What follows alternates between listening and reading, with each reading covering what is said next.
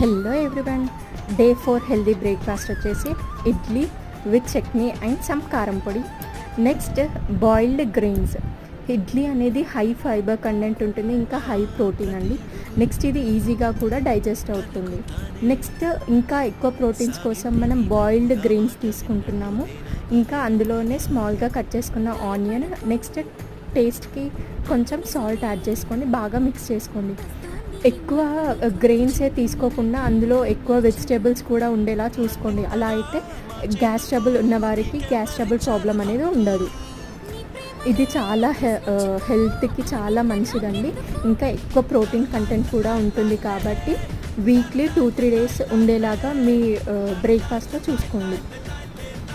Next idli కానీ grains కానీ ఎవరైనా తినొచ్చండి, ఎక్సెప్ట్ గ్యాస్ ట్రబుల్ ఉన్న వాళ్ళు తప్ప. Please like, share, subscribe my channel. Thank you.